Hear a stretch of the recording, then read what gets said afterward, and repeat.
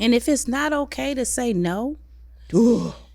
that's a sign that you are not in an authentic relationship. If you're afraid that you being good to yourself, you loving yourself is going to offend or hurt someone you're in relationship with, that's a sign that you haven't met one another yet, and you're not being authentic.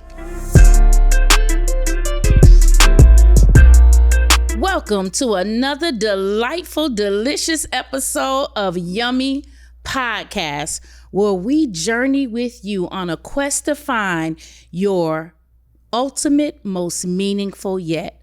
I'm your co-host, Crystal Khalil. And I'm Dr. Nicole LaBeach. And we are delighted to be talking today about authenticity. Ooh, your yummy, authentic self. Everybody's talking about authenticity. Yeah. It's a buzzword. It's a buzzword. It's like up there with self-care and all of this stuff. Yeah. But I don't hear a lot of people talking about how do you do it? Like, how do you get there, and why is it really important to do it? Because quite frankly, it is not the easiest thing you will ever try to achieve. No, it's not on the easy list. No, it's actually extremely hard. Right. Because you got to overcome some things, right? Right. And you've got to align with purpose and calling, and there's some things you got to stop. Mm-hmm. Self-sabotage, people-pleasing, saying yes when you want to say no. It's like this list. But, it's also a process, right? Yeah. Because some of you may be thinking, I'm authentic. I live my authentic life. And really, do you all the time, everywhere? Or do you sometimes wear a mask, right?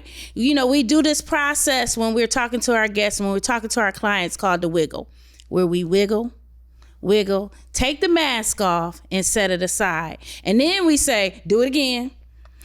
Do it again, take it off, set it aside. Because we wear masks every day. We wear masks to work. We wear masks at home. We wear masks in the community. We wear them at church, right? Yeah. Because we show up the way people expect us to show up a lot of times. And it makes their lives often easier, right? So no shade to them. There's that thing where we talk about everybody is tuned into the same station, WIIFM, what's in it for them. Yeah. It's not a selfish ploy on their behalf, but often we've been trained since we were kids, right? Absolutely, we've been trained. On how we show up based on how we get affirmation. Yeah. So one of the things that we talk about in our tribe is that often as a kid, you have roles and you don't even know that that's the role that you have that you play out in adulthood. So we're talking about the brilliant one, right? Are you the brilliant one that always got good grades, always did really well, excelled because that gave you affirmation? Or you were the one that always did good in sports or something. You were always the one that received your affirmation for achievement. Yep. And if you weren't the brilliant one, maybe you were the caretaker. That's the child that is always looking out for everybody else, putting themselves behind, no, take care of her, take care of them, checking on everybody else. The caretaker child. I got in trouble for that when I was little. So my mom bought me a sleeve of bubble gum. Do you remember the bubble gum that was big and colorful and they used to come 6, 8 in a pack? Yeah. I gave away all of them. She said, "Where is your gum?" I said, "I shared them with my friends." She said, "I get that, but where is yours?" Oh. I got in trouble because I was looking out for everybody else, gave them all my bubble gum and didn't keep any for myself. Girl, I had the same experience when I was a kid. Me and my cousins gave away all our snacks, our after school snacks. Our parents they were in some kind of penny savers club, and they used to buy these snacks back. That was the Costco's back then. And so we were like, come on, you want some of our snacks? And we gave away all our snacks, and they were like, okay, go ahead. And then the next day they were like, so where's your snacks? Well, we gave them out. You gonna get us some more? They were like, no, go to their house and get some snacks. That part. See if they share with you. And we were like, huh? She's like, yeah, see if they all call y'all over when their mama handing out snacks. We're like, trained caretakers. Yes. What about the sickly one? Oh, the one that always needs attention for, they have legitimate health concerns. Yep. Or they are just, something's always wrong. Something's always wrong. One time we were talking about this on a group Zoom one time, and my daughter was listening. She's behind me cleaning up and everything, and we're talking about the roles. And we get off and she goes, "Oh, Mom, I'm the sickly one." I was like, "You know that, huh? You realize?" She's like, "I didn't realize it until you said it." But my daughter had type 1 diabetes. She has type 1 diabetes. Right. And so we all had to, when she found out, she was 9 years old. So the entire household had to change and revolve around this condition, right? We all had to learn to eat a special way. We couldn't bring things in the house that we normally would bring in the house. So, she learned how to manipulate us with her diabetes, right? We all had diabetes. Right. It was not the family's diabetes. Yeah, we all had diabetes. So, the sickly child is the one that they get affirmation by other people caring for them. Yeah. So you got the brilliant one, the high achiever. You got the caretaker one that is taking care of the sickly one, likely, and everybody else, right? And then you have the one that is always in trouble. Destructive. The destructive child. They get affirmed for doing bad things. It's like, hey, if I can't get good affirmation, I'll take the bad affirmation. Right. This is the child that the school is calling about all the time. Right. Because they're cutting up in class, right? Or they're the ones that, and when they get to be a teenager, they're staying out all night or they're in trouble.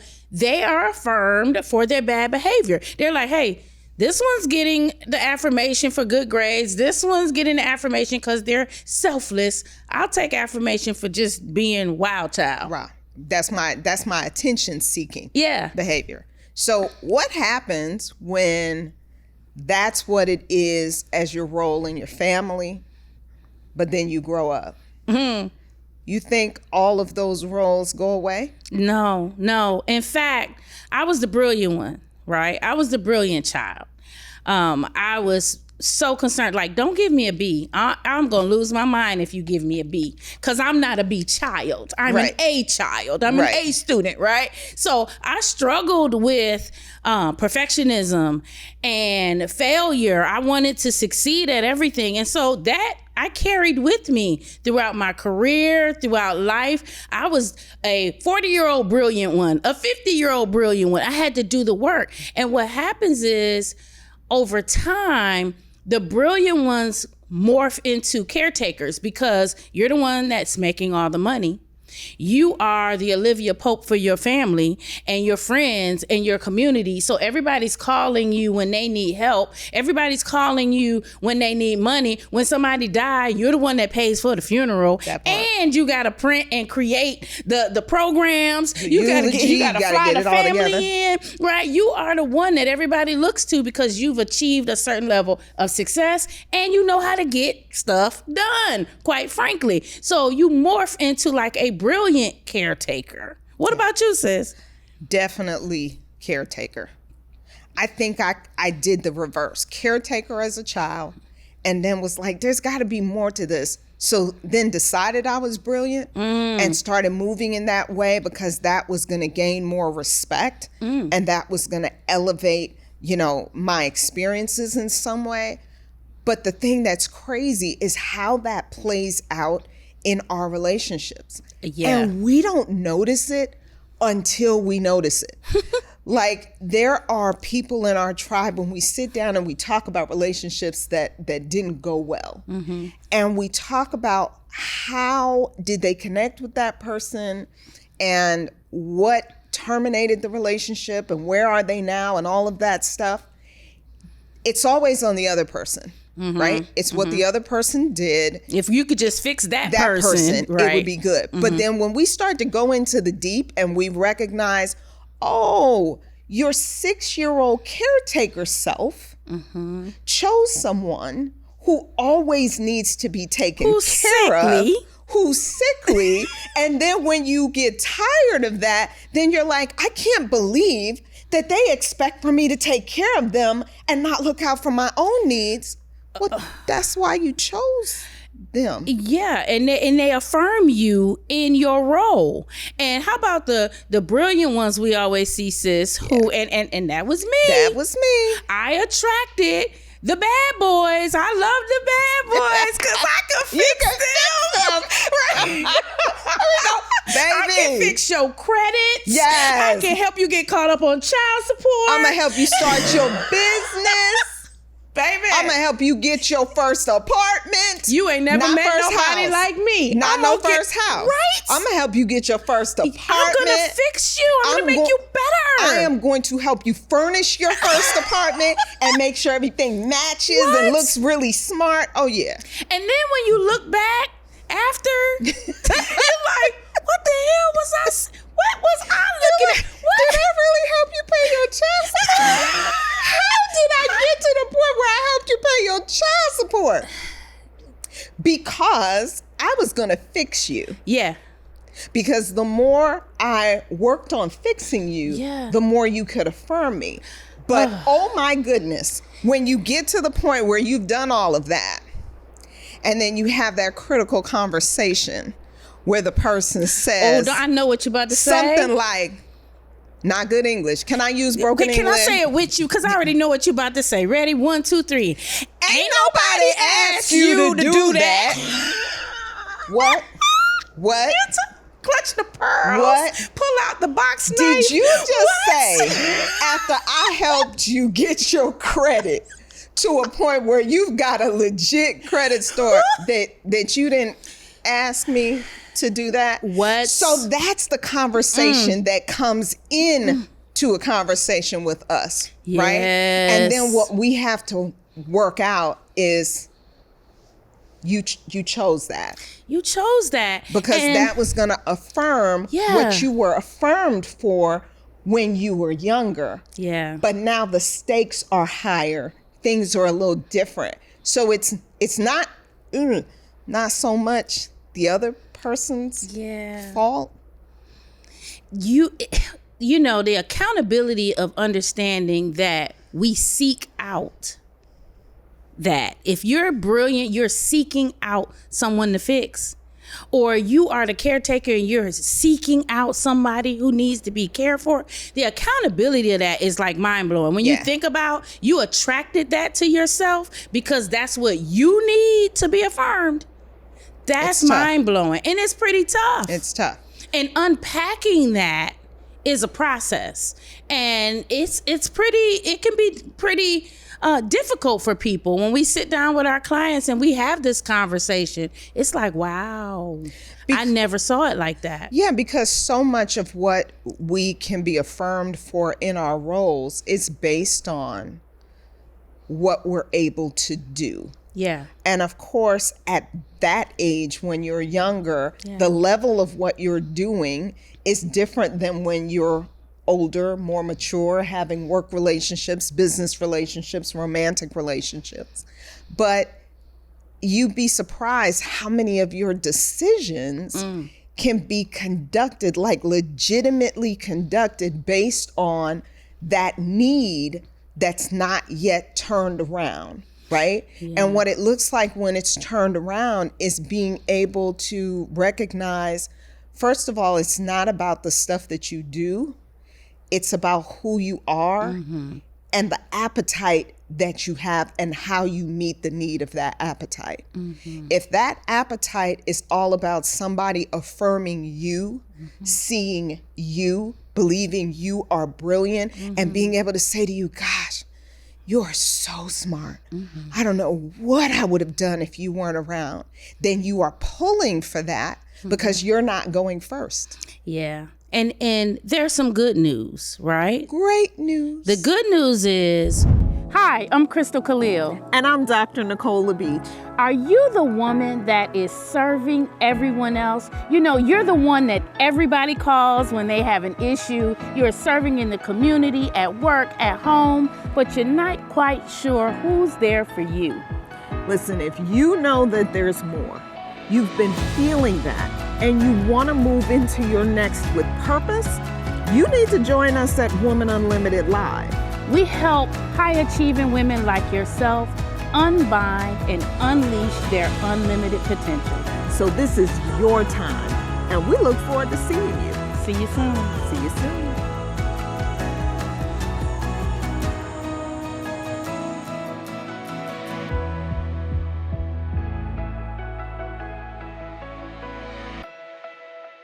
When you know better, you have the opportunity to do better. Now, we don't always do better when we know better. Don't.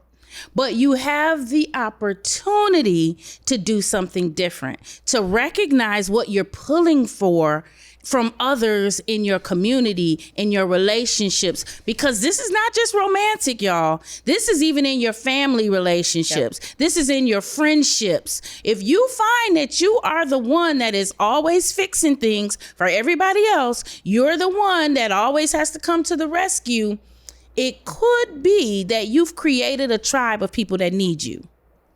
Now, that's the agreement that you have with them. And we talk about negotiated agreements.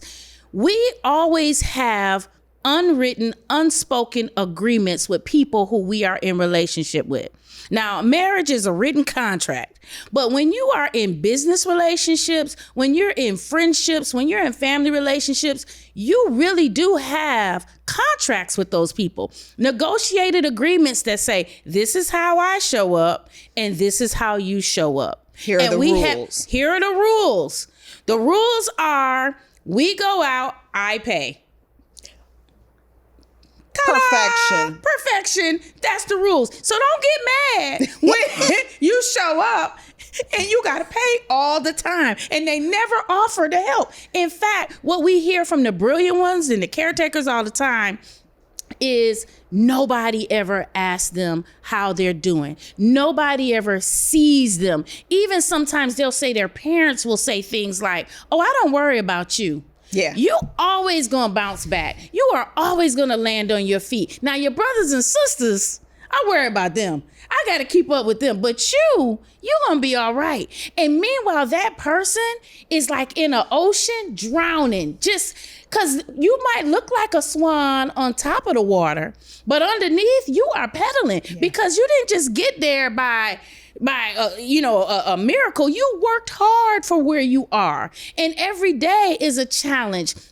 And you feel like you want somebody to just check on you, to ask you what you need, but you've negotiated agreements with the people around you that you don't need anybody. If you've ever said to yourself, oh child, by the time it's going to take me to teach them how to do this, I would have it done and moved on.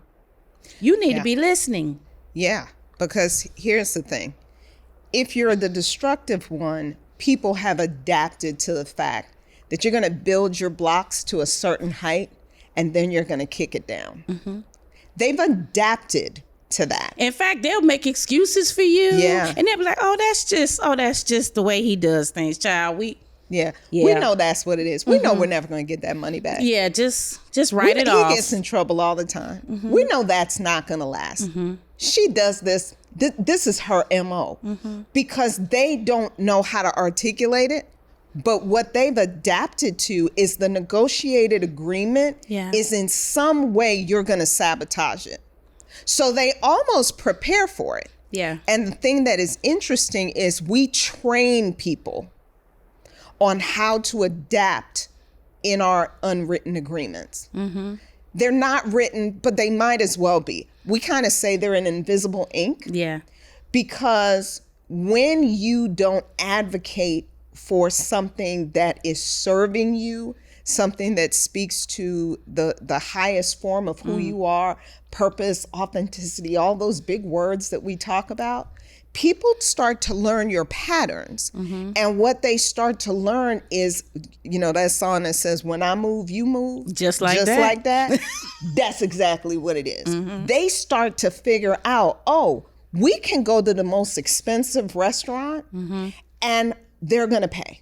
Every time. Just like Crystal said, every time. Yep. Whenever there is a family crisis, like people, I don't know if this has happened to you, but people will call and be like, so can I borrow $10,000? Yeah, like it's $10. Like it's $5. I'm like, just like that, like no lead you got it? Oh, yeah. No, do you have it? No. And then when it's time to pay you back, they're like, why are you stressing me? You got it. What's the problem? And that crazy used to be the agreement, because what I needed was to feel like they felt like I could handle it. Like I got it. I got it. I got your back. I'm going to take care of you. The thing that was interesting was I wasn't doing that for myself first. Yeah. I was doing that to everybody and for everybody that was in close proximity. And you want to know the sad thing with this authenticity conversation? People that have access to us, but no responsibility for that access, that tells on us as it relates to how authentic we're really being. Because when you are living an authentic life, the people that have close access and proximity to you, they have a job. They have responsibility for that access. They are good to you. They are good for you. They know the boundaries. It's equitable. It's equitable. They know the rules of engagement. They know, oh, this is a 55-mile-an-hour freeway.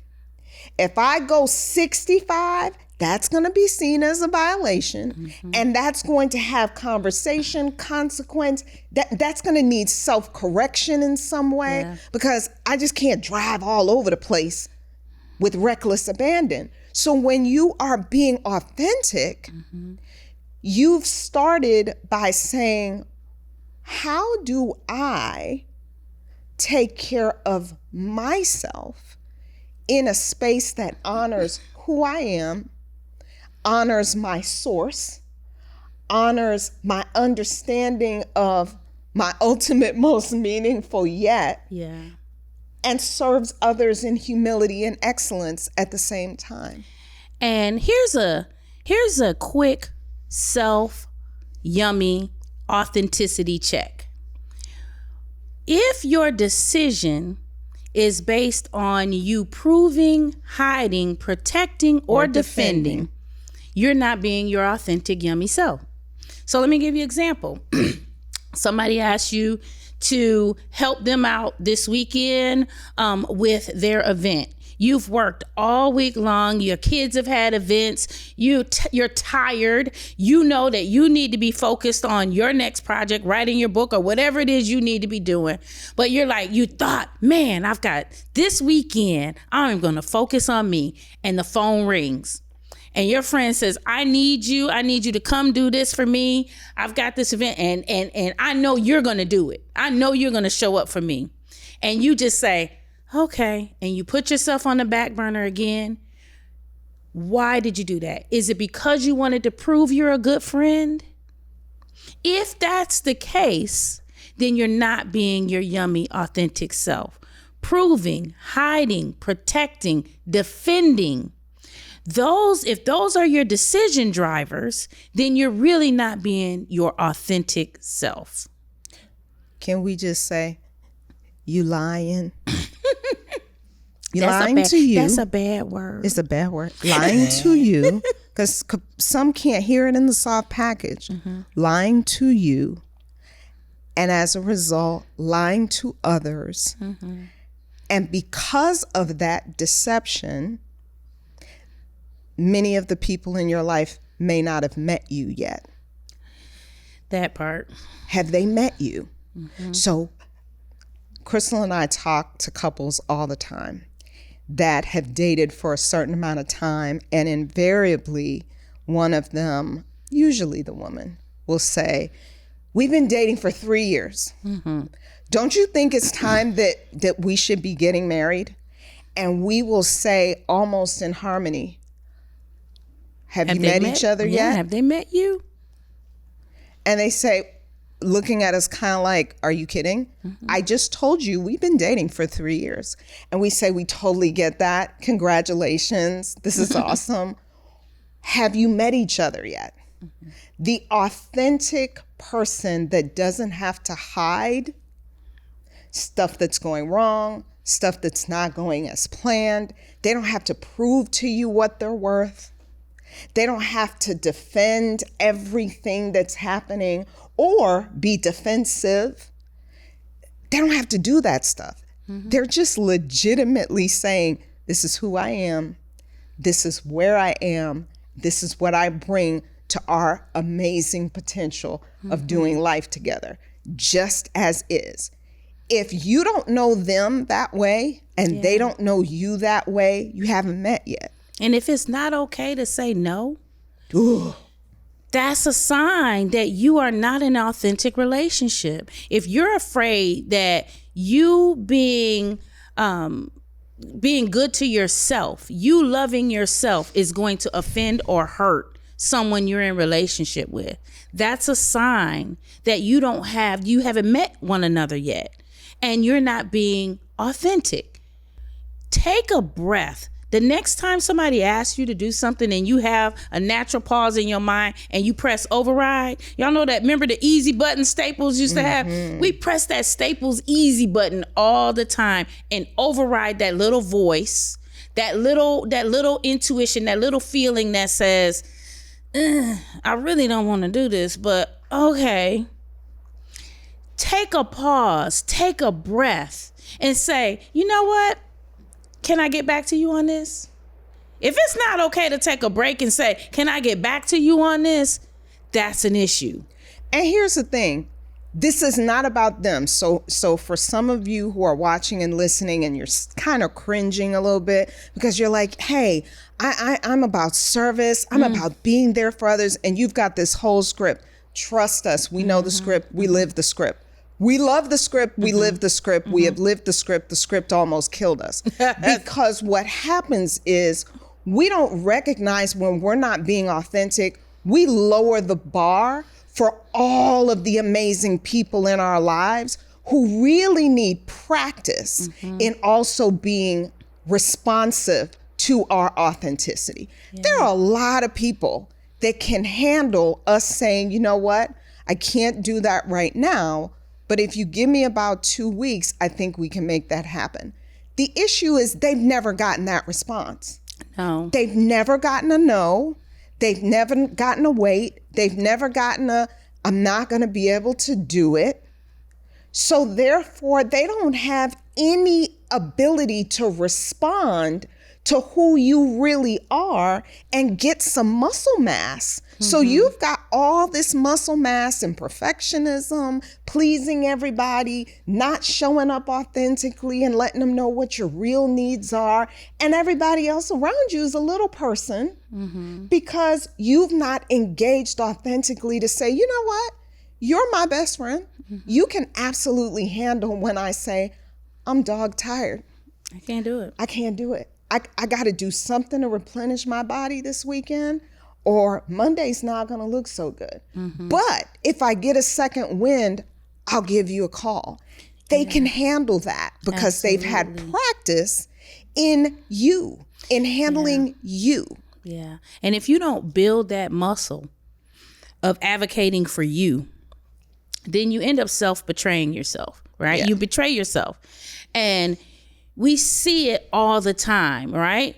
We're outpouring. We're pouring into everybody's cup. You're pouring at work, you're pouring at church, you're pouring at home, you at the PTA meetings, you're on the nonprofit boards, you are helping your family, you taking care of mama, you taking care of your aunties, you are the one pouring. And what happens is your hand gets stuck like this. You are stuck in the pouring mode. And if somebody comes and tries to support you, tries to pour in your cup, try to pour in my cup, sis. This is what they get. Because you don't even know how to receive. That part. You don't even know how to receive because you've been pouring so much so that we will pour from the deficit and we are beating on the top of the cup. We're trying to pour. There is nothing left. It's bone dry. And you just siphoning. You're trying to turn air in the water to serve other people. And when we do that, you start to get depressed. Yeah. You start to feel overwhelmed. You start feeling undervalued, like nobody sees you. Nobody looks out for you. There's nobody there for you. And it's a sneaky little thing that comes up on you, and you don't even, it creeps up on you. Yeah. And before you know it, you are in full blown overwhelm and depression. And seeking to move into isolation. Yeah. When the truth is, the great news is, there are a lot of people that would love an invitation to look out for the real you. There are people who've been sticking around hoping that the real you would show up and give them a challenge to say, I can't. A challenge that says, not right now. A challenge that says, you know what, I am shaking at the knees. I just got this opportunity. I don't believe that I'm good enough. I don't know what to do, versus you've got it all figured out. You're all together. Now, everybody can't handle that. Everybody can't handle that authentic vulnerability. But if you don't give your opportunity or give your community a chance to rise to that occasion, you miss out on the yummy, because the yummy is based on connection.